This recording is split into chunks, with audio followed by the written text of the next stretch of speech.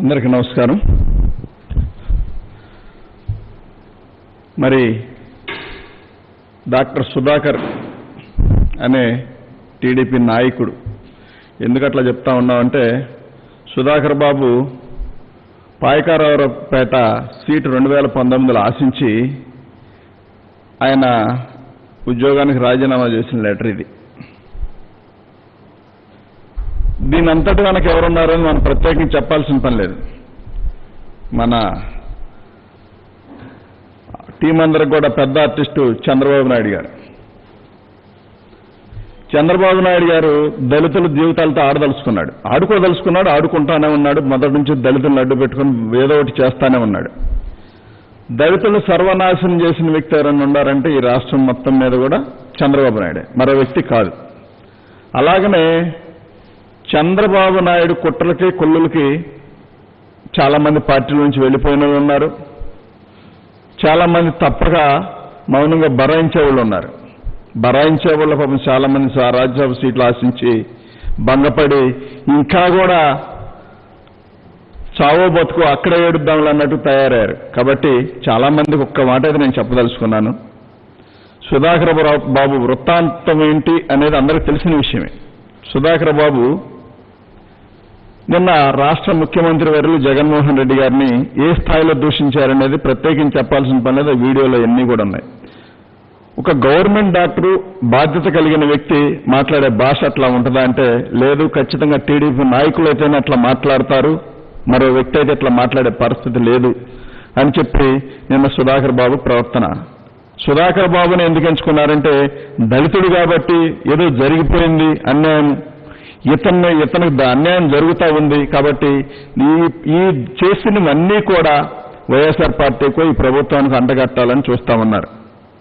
చంద్రబాబు నాయుడు గారి పప్పులు ఉడికే పరిస్థితి లేదు. ఎందుకంటే మీడియాలో అడ్డంగా దొరకడం మొదటి నుంచి చంద్రబాబు నాయుడు గారికి వాళ్ళ టీంకు ఉన్న అలవాటే.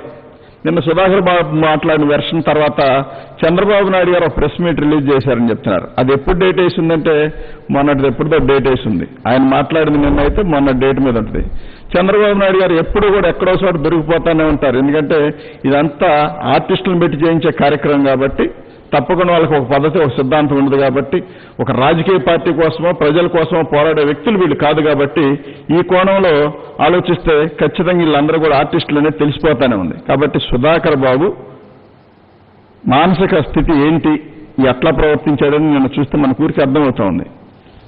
మరి ఇంత జరుగుతున్నా కూడా ఇంకా కూడా టీడీపీ పార్టీని పట్టుకొని వేలబడుతూ దళితుల ఆత్మగౌరవాన్ని తాకట్టు పెట్టుకుంటూ అందులోనే చంద్రబాబు నాయుడు ఏం చెప్తే చేయడం దిగదారి బతికే దళిత నాయకులారా ఒకసారి గమనించండి. మీరందరూ కూడా మీరు అనుకుంటున్నారు మా జీవితాలు బాగుపరచాలి, మేము వరకు బాగుంటే చాలు, మా కుటుంబాలు బాగుంటే చాలు అనుకుంటున్నారు. కానీ ఈ రాష్ట్రం మొత్తం మీద కానీ దళితులు ఎక్కువ మంది ఉన్న పరిస్థితులు. కాబట్టి వాళ్ళందరి కోసం మీరు బతకాలే తప్ప మీకోసమో చంద్రబాబు నాయుడు గారి కోసం టీడీపీ వాళ్ళు ఇచ్చే కాస్త కూస్తో దానికి ఆశపడి చేయడం మాత్రం కరెక్ట్ విధానం కాదు. అది మార్చుకోవాలని బాధ్యత మీ అందరిపైన ఉంది. వీళ్ళందరూ కూడా టీడీపీ నాయకులు డాక్టర్ సుధాకర్ అనే వ్యక్తికి ఏదో జరిగిపోతా ఉంది, ఏదో అయిపోతా ఉందంటే ఫస్ట్ నుంచి చంద్రబాబు నాయుడు గారు దాంట్లో బయలుదేరిన వాళ్ళు ఎంతమంది ఉన్నారో మనం లెక్క తీస్తే ఇంతమంది అని చెప్పలేని పరిస్థితి. అందులో ఇప్పుడు ఈ మధ్య ఈ పుల్కాలాగా ఈయన ఆయన దొరికాడు సుధాకర్ బాబు. కాబట్టి సుధాకర్ బాబుకు నేర్చుకోవాల్సింది ఏంటంటే చంద్రబాబు నాయుడు ఎందుకు మన మీద ఇవన్నీ నేర్పుతున్నాడు, నా చేత మాత్రం ఎందుకు ఇవన్నీ చేపిస్తున్నాడని ఖచ్చితంగా సుధాకర్ బాబు ఆలోచించుకోవాలి. అందులో ఉన్న దళిత సంఘాలు, దళిత నాయకులు అందరూ కూడా ఆలోచించుకోవాలి. రాజధాని ప్రాంతంలో దళితులకు, ఎస్సీలకు, ఎస్టీలకు, బీసీలకు, మైనార్టీకి ఇళ్ల ప్లాట్లు ఇస్తామంటే కోర్టుకెళ్లి దాన్ని అడ్డుకొని దాన్ని ఏ విధంగా పూర్తిగా నాశనం చేసే దిశగా చంద్రబాబు నాయుడు అడుగులు వేశాడు మనందరూ తెలియదు కాదు. ప్రతి ఒక్క దానికి కోర్టుకు వెళ్లడం, మంచి పని చేస్తూ ఉంటే దాన్ని అడ్డుకోవాలనే విధంగా చంద్రబాబు నాయుడు తయారైతే ఇంకా కూడా చంద్రబాబు నాయుడు గారే దళితులను అనగదొక్కుతారు. చంద్రబాబు నాయుడు గారి నాయకులే దళితులను కొడతారు, తిడతారు, చంపుతారు, మరి వ్యవస్థరం చేసి కొడతారు. వాళ్లే మళ్ళీ దళితుల గురించి మాట్లాడుతూ ఉంటారు. ఎంత ఆశ్చర్యంగా ఉంటుందంటే వాళ్ళు చేసే శాస్త్రలో. మరి అలాంటి చర్యలు చేసే వ్యక్తులు కూడా మళ్ళీ దళితుల గురించి మాట్లాడి ఇంకేదో జరిగి మాకు చంద్రబాబు నాయుడు గతంలో అది చేశాడు, ఇది చేశాడని చెప్పింది. చంద్రబాబు నాయుడు దళితులకు ఏం చేశారు చెప్పాలి అని అంటే ఒక్కటి కూడా చెప్పే దమ్ము కానీ ధైర్యం కానీ ఒక్కళ్ళకి లేదు. గతమంతా కూడా దళిత సామాజిక వర్గాన్ని చంద్రబాబు నాయుడు మోసం చేసుకుంటూ రకరకాల ప్రలోభాలు పెట్టుకుంటూ కులాలను విడగొట్టుకుంటూ మరి అడ్డరూట్ల ముఖ్యమంత్రి అయిన చంద్రబాబు నాయుడు గారు ఇవాళ 151 సీటు రాష్ట్ర ప్రజలందరూ కూడా ఎన్నుకొని జగన్మోహన్ రెడ్డి గారిని ప్రేమించి ఆయన మీద నమ్మకంతో ఓట్లేస్తే అది జీర్ణించుకోలేక అధికారం పోయిందనే పిచ్చితో తప్పంలో చంద్రబాబు నాయుడు గారు అంత నీచానికంటే ఎదుగుతాడు. ఎందుకంటే ఒక నీచం అనే పదం గుర్తుకొస్తే నాకు చంద్రబాబు తప్ప మరో వ్యక్తి కనబడే పరిస్థితి లేదు. అంత నీచమైన వ్యక్తి, అంత దుర్మార్గమైన వ్యక్తి, ఎంతకైనా దిగజారిపోతాడు, ఎంతకైనా తెగిడుస్తూ ఉంటాడు. కాబట్టి ఇలాంటి వ్యక్తిని పక్కన పెట్టి రాష్ట్ర ప్రజలందరూ కూడా జగన్మోహన్ రెడ్డి గారి పాలన ఉంది, బ్రహ్మాండంగా ఉంది. మరి కోవిడ్ విషయంలో కూడా, కరోనా విషయంలో కూడా ఈ రాష్ట్రాన్ని మరి అత్యధిక టెస్టులు చేసి దేశ ప్రధాని చేత ప్రశంసలు పొంది మరి ఈ కరోనాని కంట్రోల్ చేసే విధానంలో మరి జగన్మోహన్ రెడ్డి గారు తీసుకున్న నిర్ణయాలు కానీ, అధికారులు కానీ, జిల్లా కలెక్టర్ కానీ, పోలీసు యంత్రాంగం కానీ ఏ రకంగా కష్టపడ్డారంటే మున్సిపాలిటీ శానిటరీలు కానీ మరి వీళ్ళందరూ కూడా ఇంత కష్టపడి రాష్ట్రాన్ని ఈ రకంగా ఒక దారికి తీసుకొచ్చి ఇవాళ కరోనా పాజిటివ్ కేసులు తగ్గే విధంగా టెస్టులు ఎక్కువ చేస్తున్నా కానీ కేసులు తగ్గుముఖం పట్టినాయి. ఇంత చేసుకుంటూ ఎదరికెళ్తామంటే కరోనా విషయంలో కూడా చంద్రబాబు నాయుడు గారు ఎలాంటి రాజకీయాలు చేశారో తెలియని విషయం కాదు.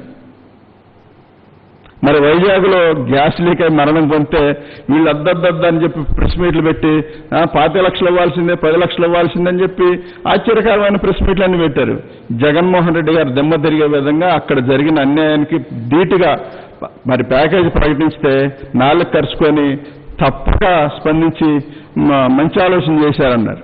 కాబట్టి మీ బుద్ధి ఎప్పుడు వంకరే, ఎదటి వాళ్ళు ఏం చేసినా అది తప్పుగానే కనిపించే విధానం కనబడతా ఉంది తప్ప మరొకటి కాదు. కాబట్టి ఈ సుధాకర్ అనే వ్యక్తి, డాక్టర్ సుధాకర్ అనే వ్యక్తి ఖచ్చితంగా టీడీపీ వ్యక్తి, టీడీపీ వాళ్ళు వాడుకుంటున్న ఒక పర్సనే తప్ప మరొకటి కాదు. దయచేసి ఇవన్నీ ఎస్సీ ఉన్నంత మాత్రాన ఈ దళితులకు అన్యాయం జరిగిపోతా ఉంది, దళితులు ఏదో మోసపోయారు, దళితులు జగన్మోహన్ రెడ్డి గారి ప్రభుత్వం మీద అన్యాయం చేస్తా ఉందని చెప్పానంటే ఈ రాష్ట్ర ప్రజలు చూస్తూ ఉండే పరిస్థితి ఎక్కడా లేదు. కాబట్టి చంద్రబాబు నాయుడు గారు, ఆయనకు బ్యాండ్ మేళ వాయించే చాలా మంది నాయకులు కూడా తెలుసుకోవాల్సింది ఒకటే, భవిష్యత్తు మొత్తం రాష్ట్ర ముఖ్యమంత్రి జగన్మోహన్ రెడ్డి గారిదని కనిపిస్తా ఉంది. మీరు రాష్ట్రాన్ని అప్పులు పాలు చేసి రాజధాని అదని ఇదని చెప్పి సర్వనాశనం చేసి లక్షల కోట్లు దోచుకు తింటే ఇవాళ ఆ రాష్ట్రాన్ని చక్కదిద్దే విధానంలో ఎదురుకెళ్తా ప్రతి కష్టాన్ని ఎదుర్కొంటూ సమర్థవంతంగా ఎదుర్కొంటూ చిరునవ్వుతో రాష్ట్రాన్ని పనిచేస్తా ఉంటే మీ ఏడుగుడ్డు రాజకీయాలు ఏంటో నాకు అర్థం కాని పరిస్థితి. ఇంకెన్నాళ్ళు చంద్రబాబు నాయుడు గారిని చూస్తా ఉంటే ఒక రకంగా జాలి, కోపం. ఇంకెంత నీచాన్ని దిగజారుతా ఉంటాడు. అధికారం పోయేసరికి ఏదో జీర్ణించుకోలేని పరిస్థితిలో పడిపోవటం, ఏదో ఒక రకంగా గొడవలు చేయాలనుకోవటం, ఏదో రకంగా అల్లర్లు చేయాలనుకోవటం, ఈ రాష్ట్రాన్ని సర్వనాశనం చేయాలనుకోవటం. మీకు రాజధాని మీద, రాష్ట్రం మీద అంత ప్రేమన్న వ్యక్తి రాష్ట్రంలో ఇళ్ల ప్లాట్లు ఇస్తా ఉంటే దాన్ని హైకోర్టుకి వెళ్ళి అడ్డుకున్నామంటే అంత నీచమైన సంస్కృతిని ఇది. నీ వ్యక్తులు కాదా అడ్డుకుంది, నీవు కాదా పంపించింది. ప్రతి విషయాన్ని హైకోర్టుకు తీసుకెళ్ళడం, ఏదో ఒక రకంగా స్టేలు తీసుకురావడం. ఎంత మేనేజ్మెంట్ చేసిన చంద్రబాబు నాయుడు గారు పైన దేవుడు ఉన్నాడు. ఆయన శాసించదలుచుకుంటే నువ్వు నేను కూడా నిలబడం ఒకసారి గుర్తుపెట్టుకోవాలి. ఆయన దీవించాడు కాబట్టి జగన్మోహన్ రెడ్డి గారికి 151 సీట్ ఇచ్చారు. ఆయన ఆశీర్వదించారు కాబట్టి, రాష్ట్ర ప్రజలు ఆశీర్వదించారు కాబట్టి ఇంత కష్టకాలంలో కూడా సమర్థవంతంగా అనుకున్న కాలానికి, అనుకున్న టైంకి ప్రతి ఒక్క పథకం కూడా ప్రజల్లోకి తీసుకెళ్తా ఉన్నారు. ఒకవైపు కరోనా విషయంలో పోరాడుతూనే ప్రజలకు మేలు చేసే విషయంలో ఎక్కడా కూడా అసలు అలసత్వం చెందకుండా జగన్మోహన్ రెడ్డి గారు పనిచేస్తామంటే మరి ఇంకా కూడా దళితులకి ఏదో జరిగిపోతా ఉంది, దళితులు జగన్మోహన్ రెడ్డి గారు ఏదో అన్యాయం చేస్తా ఉన్నారు, దీని అంతటా బాధ్యత జగన్మోహన్ రెడ్డి గారు చేయాలంట. దాని అంతటా బాధ్యత తీసుకోవాలని చంద్రబాబు నాయుడు గారు. ఎందుకంటే డాక్టర్ సుధాకర్ అనే వ్యక్తిని బలిపశువుని చేసి, రోడ్డెక్కించి, రోత చేసి, ఒంటి మీద బట్టలు లేకుండా చేసిన కర్మ నువ్వు పట్టించావు కాబట్టి నువ్వు క్షమాపణ సుధాకర్ బాబుకు నువ్వు చెప్పాలి. కాబట్టి నిన్ను వాడుకున్నాను కాబట్టి ఇంకెప్పుడు ఎలాంటి తప్పులు నేను చేయను, దళిత నాయకులు కానీ దళితులకు కానీ మోసగించాను కాబట్టి క్షమాపణ చెప్పాలని బాధ్యత చంద్రబాబు నాయుడు పైన ఉంది. దళితులకు ఎట్టి పరిస్థితుల్లో చంద్రబాబు నాయుడు క్షమాపణ చెప్పాలి. చిన్న చితక విషయం కాదండి, చంద్రబాబు నాయుడు గారు చేసిన మోసాలు చిన్న విషయాలేం కాదు. పాపం ఇంకా అందులో ఉన్న కొంతమంది పేర్లు చెప్పడం బాగుండదు. దానికి వాళ్ళందరికీ తెలిసి పుండి కొట్టులాడుతా చాలా సీట్లు ఆశించి అదొచ్చుద్ది ఇదొచ్చుద్ది అని చెప్పి ఇది ఇస్తారని చెప్పి హడావుడిగా బయలుదేరి పండగలాగా వెళ్ళిన సందర్భంలో మళ్ళీ సగంతరం వెనక తిప్పిన సందర్భాలు కోకోలలో. కాబట్టి ఇవన్నీ కూడా వాళ్ళందరూ తెలుసుకోవాలి. చంద్రబాబు నాయుడు గారు చనిపోయిన పార్టీని ఇంకా కూడా కాడు మోసినట్టు మోస్తా ఉన్నారు మీరు. కాబట్టి రాష్ట్ర ప్రజలందరూ చూస్తూ ఉన్నారు, దళితులందరికీ తెలుసు జగన్మోహన్ రెడ్డి గారు ఏం చేస్తా ఉన్నారు, రాష్ట్రం ఏం జరుగుతూ ఉందని. పెన్షన్ విషయంలో కానివ్వండి, రైతు భరోసా విషయంలో కానివ్వండి, ఇంగ్లీష్ మీడియం పేదవాడి పిల్లాడు ఇంగ్లీష్ మీడియం చదువుకుంటే చంద్రబాబు నాయుడికి ఎంత ఏడుపంటే తను మనవన్నే ఒళ్ళో కూర్చోబెట్టుకొని వచ్చిరాని ఇంగ్లీష్ ఈయన నేర్పాలని ట్రై చేస్తూ ఉంటాడు. ఈయనకే సరిగ్గా రాదు, ఈయన మాత్రం వాళ్ళ మనవడికి ఇంగ్లీష్ నేర్పాలని చూస్తూ ఉంటాడు. ఈయన పెద్ద పెద్ద స్కూల్లో చదివిస్తూ ఉంటాడు. టీడీపీ నాయకులందరూ వీళ్ళందరూ కూడా అక్కడ దాకెందుకు తీర్పునిచ్చే వ్యక్తులు ఎక్కడ చదివిస్తూ ఉన్నారు వాళ్ళ పిల్లల్ని అని చెప్పి ఆలోచిస్తే వాళ్ళందరూ కూడా ఇంగ్లీష్ మీడియమే. పేదవాడు పొట్ట మీద కొట్టడమే కాకుండా వాళ్ళ జీవితాలతో కూడా ఆడుకున్న ఏకైక వ్యక్తి చంద్రబాబు నాయుడు. ఇందులో మరొక మార్గమే లేదు, మరొక ఆలోచన కూడా లేదు. రాష్ట్ర ప్రజల జీవితాలతో ఆడుకున్న ఏకైక వ్యక్తి చంద్రబాబు నాయుడు తన స్వార్థ ప్రయోజనాల కోసం. ఎక్కడో ఉమ్మడి రాష్ట్రంగా మనం ఉంటే అప్పుడు విడదీయమని చెప్పి ఆయన లెటర్ ఇస్తాడు. ఉమ్మడి రాష్ట్రంలో అడ్డగోలుగా ఓటు నోటు కేసు విషయంలో పారిపోయి కరకట్టకు పరిగెత్తుకొస్తే కేసీఆర్ ఒక తన్నుతంటే కరకట్టుకొచ్చి పడ్డాడు.